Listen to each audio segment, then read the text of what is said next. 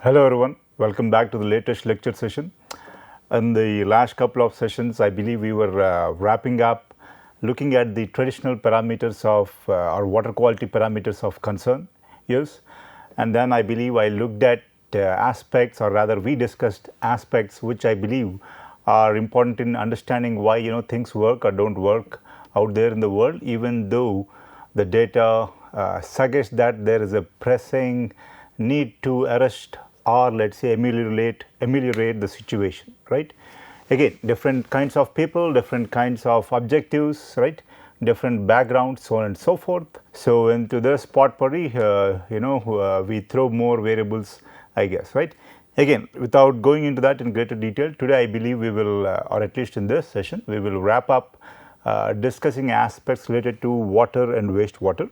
Until now, if you remember, we were looking at water quality parameters which we typically are concerned with, but nowadays we are concerned with aspects that we refer to as emerging contaminants. Well, I guess it's self-explanatory, emerging contaminants, right?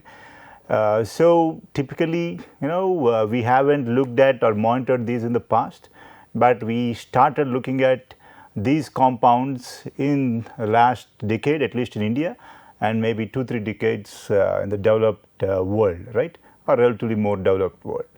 Again, why is that? What are these compounds typically? Let's say, earlier population density less, less industrialization and so on and so forth, right. So the number of chemicals, that was being transferred within the system or being transported rather within the system was less. But now with the number of diseases, the population, the kinds of diseases, right, you have more and more synthetic chemicals, either pharmaceuticals or pesticides, insecticides and so on and so forth, which are now circulating within the environment.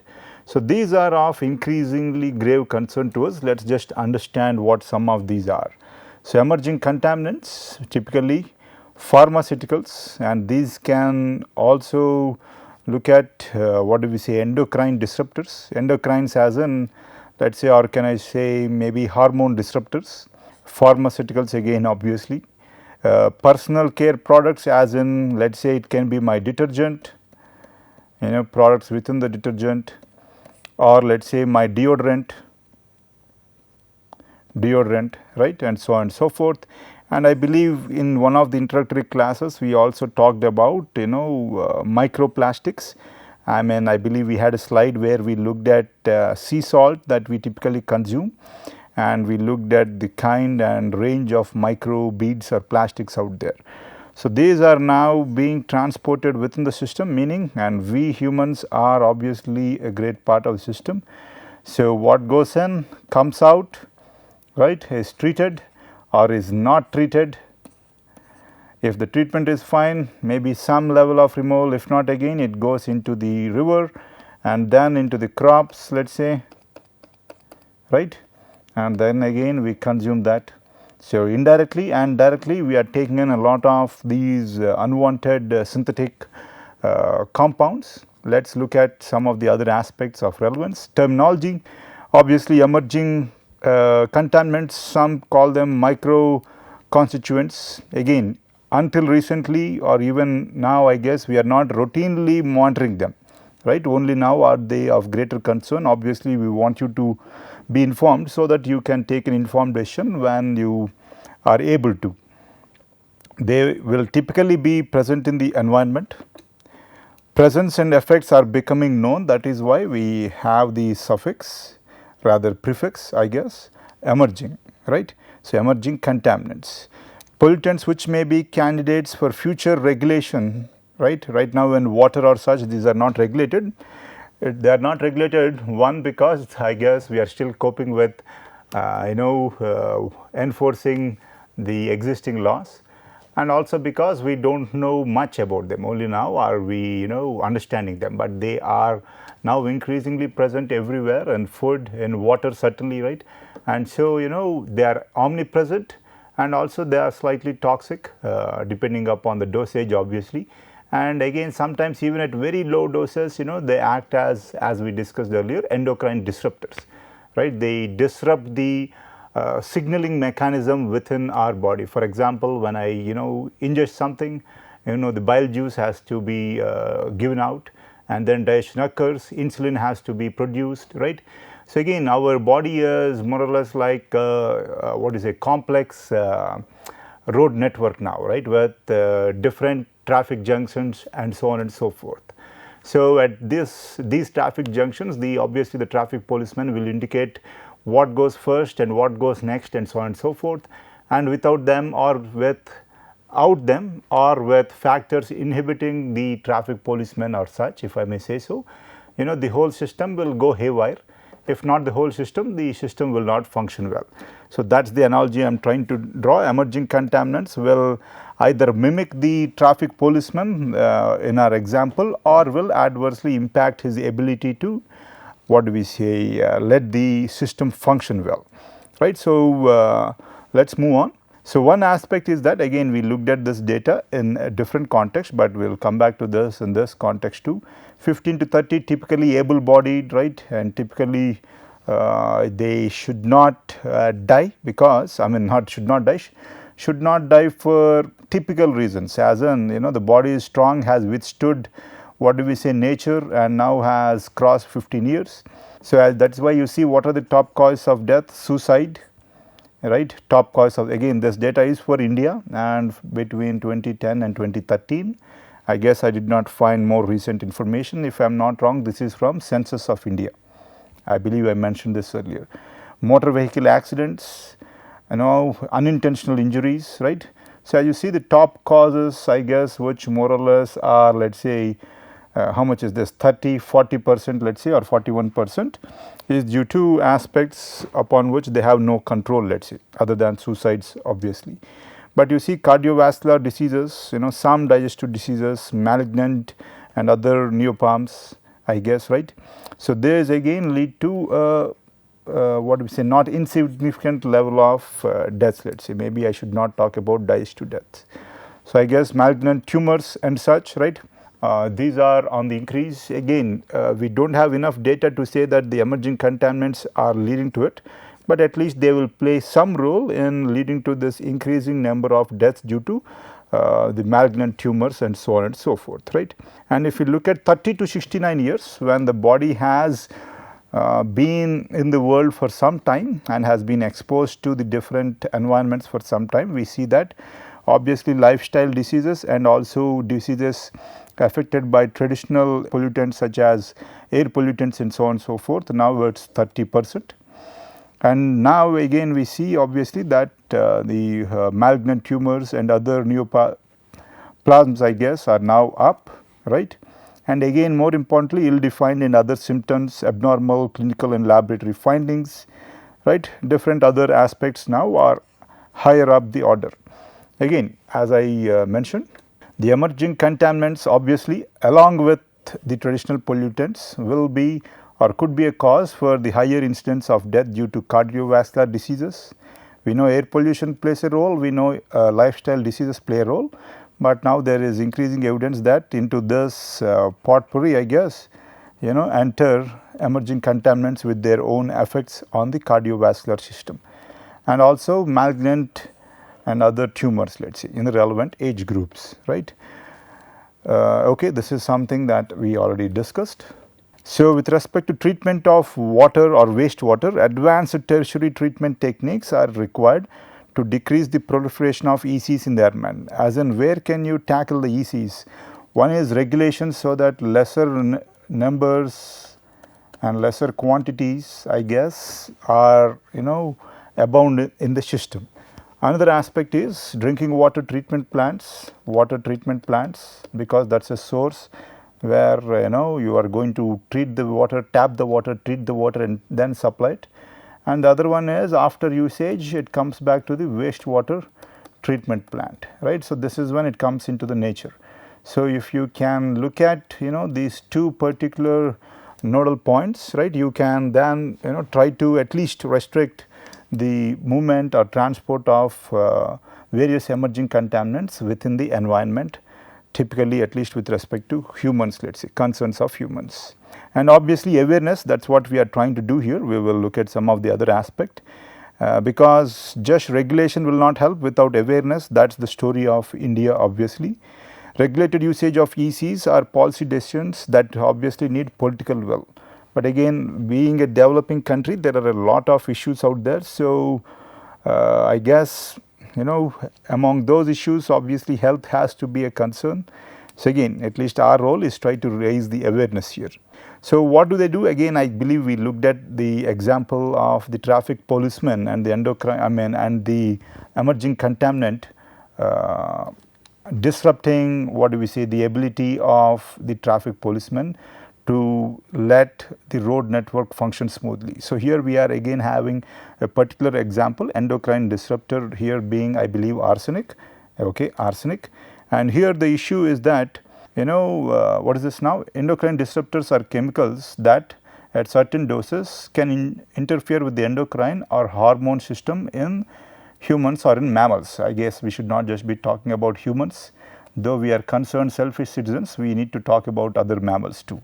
So, these disruptions can cause cancerous tumors, birth defects and other development disorders. Okay. So, these are the aspects that I guess catch the eye, but there are many other aspects that are chipping away at your health every day. Let us see, arsenic we know is carcinogenic. Let us see what else it can do, I guess. For example, here we have glucocorticoid hormone enters the cell, and the inactive glucocorticoid receptor in a cell, right, hormone activated with the receptor, I guess, right, and then the gene activation complex functioning normally in the gene nucleus, okay, without going into greater detail. Outside the cell, inside the cell, so this glucocorticoid hormone enters the cell, it activates this particular receptor, and that I guess leads to another function that is needed for us, right. But here with respect to arsenic, what does it do? Arsenic comes and binds to the receptor, right, the receptor being this, and the receptor, again, arsenic blocks the receptor from activating the genes. I guess one particular aspect, but again there are many other such countless aspects, as in I do remember certainly that particular endocrine disruptor disrupts our body to produce insulin when required, right. So, thus wreaks havoc with the system every day, system meaning the human body. Insulin is required for you to be able to absorb your carbohydrates, let us say, and make worthwhile use of them. If not, obviously the blood sugar levels will increase, right. Again, the endocrine disruptor was mimicking another particular hormone such that insulin was not being released. Again, different cases. So, okay, I guess I do have some such relevant info here. Endocrine disrupting compounds mimic a natural hormone, and then they fool the body into over responding to the stimulus, which can be a growth hormone that results in increased muscle mass. Well, I guess that was one aspect, or responding at inappropriate times, example producing insulin when it is not needed, right. Here is the receptor, when the hormone comes and binds here, it triggers a particular response within the cell. But here let us say with respect to hormone here, the EDCs, I guess, EDCs that we have out here, it mimics the hormone, okay, and it fools the relevant receptor into causing a particular response which is not needed, let us say, right. Again, they can also block the effects of hormone from certain receptors, example growth hormones required for normal development, and also they can directly stimulate or inhibit the endocrine system or hormone system and cause over or under production of hormones also, right, both directly with respect to over or under production of hormones or various effects. Again, only in the last decade or 2 decades are we more aware of it or of this these aspects. Why is that? Obviously, science is now catching up, and more importantly we are seeing the adverse effects too, right, both go hand in hand, right. And let us move on. So, this is one aspect I wanted to highlight from Hyderabad. I believe this occurred maybe 6-7 years ago.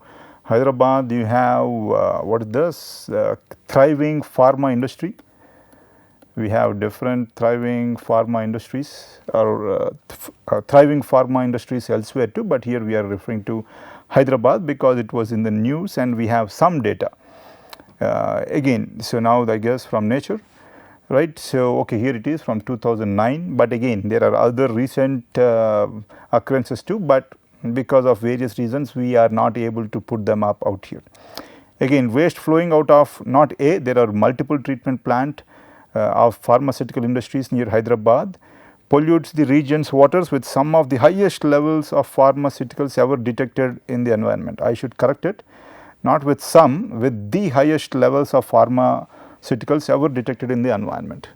And in the paper which was released now, I guess, the water will lead to severe adverse effects on the development of aquatic life, but typically whatever affects aquatic life will also have an adverse impact on human health too, directly. Whatever water will again be consumed by humans, that will also affect the humans too.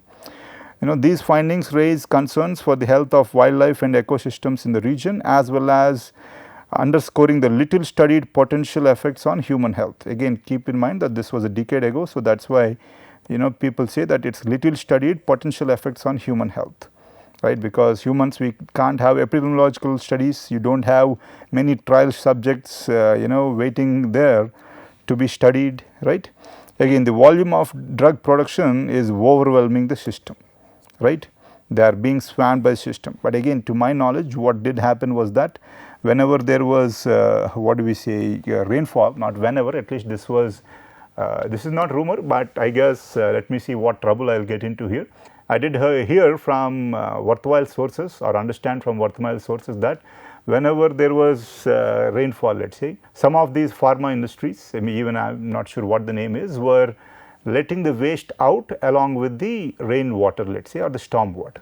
Why? Again, because the costs of treating pharmaceutical waste are pretty high. Pharmaceutical waste, as is maybe understandable, is remarkably non-biodegradable, right, it is not biodegradable. And so obviously degrading it, you need expertise which is relatively less available, at least in India, and also you need money, right. So everyone tries to cut corners, and this is what happens, we end up paying for it directly or even indirectly, I guess. Again, same aspect, I guess, 90 companies in the region that manufacture active pharma ingredients. For example, whenever you see look at a tablet or look at the information given on a particular strip of tablets, you see that it will say, let us say, 5 milligram of, let us say, ciprofloxacin, right, different such. So this is the active ingredient, and you will have the other salts and such that are necessary for the compound to be activated or being used by the human body, but this is the active ingredient. And again, they are remarkably active, right, reactive too. So what do we have? We have around 90 companies that manufacture active pharma ingredients, or they assemble the final drug products and send their waste to PETL. But I do remember that, I believe I will bring up the information later. So they were either dumping it in a well, a deep well, in tractors they were loading up the waste, dumping it in a well. So if you dump it in a well, all the underground aquifer is going to be contaminated for years to come, right. Or they were, if not dumping it in a canal, but I do certainly remember this case of being waste being dumped into the well. Again, this is not just BOD of 100 or 200, it will be around 2,50,000 COD or something like that. So that is why we were trying to talk about COD, so that you get an idea about the extent of organic content, right. And BOD will be only, let us say, maybe 20,000 or so, or 30,000, because the waste is not biodegradable. So you can see the challenges out there, right. And the team that sampled the waste, what did they find?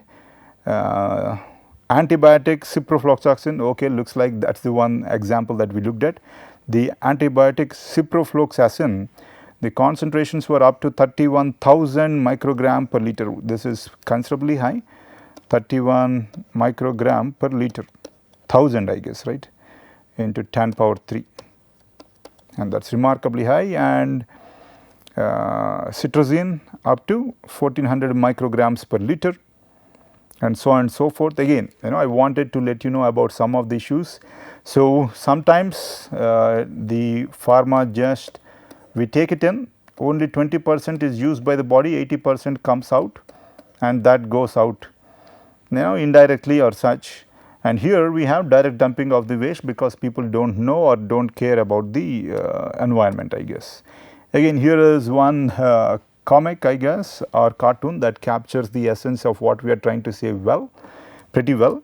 India's drug problem. Chemists show how wastewater contamination affects the ecosystem, right? So, here we have the person being sick, and this guy calls up the pharmacist and or the doctor and says that since the pharmacy is closed, the doctor said you should take 3 glasses of water because your water has the relevant level of antibiotics. So, obviously, the antibiotics are not so high, but again, we have some gallows humor out there. So, to just look at holistically what we have been discussing until now, in addition to serving as the ultimate source of all pharma that are prescribed to patients, manufacturing facilities can leak drugs directly into the environment. This is something that I mentioned. So, obviously, the pharma industries will manufacture the tablets, but either directly or either intentionally or unintentionally they release what we said, the pharmaceuticals directly into the environment. And as we just mentioned or discussed, many pharma drugs pass through the body and are excreted essentially unchanged. Typically, this value is around 75% of the active ingredient and such. And it goes to the sewage treatment plant. Sewage treatment plant, we are typically concerned with BOD, COD, total suspended solids and so on and so forth, and maybe some dissolved oxygen at the end. We are not concerned with treating these emerging contaminants or pharma and such, and so they typically go through. And then human pharma and their metabolites often pass through metabolites, meaning when I take a drug, it is going to be what do we say, during my metabolic activity, right, it is going to be transformed, and that is going to be called metabolites, let us say, often pass through the sewage treatment plants and landfill sites whose products are used to irrigate or fertilize agricultural land. As in, this treated water obviously will be used for agriculture, and that again leads to human activity. And another great jumla that goes on is that this sludge, we will talk about what sludge is. There is a byproduct from these wastewater treatment plants that is called sludge, and if treated well, that is a very good manure, but partially or untreated sludge is very high in these ECs and harmful compounds, and this is either sold or as given as fertilizer or manure rather to the farmers. Think of that, you are selling or giving manure with respect or by not treating the sludge to the required extent, and that is well wrong at so many levels, I guess. So, again, just greater awareness so that you can correct the system as and when feasible or such, let us say, right.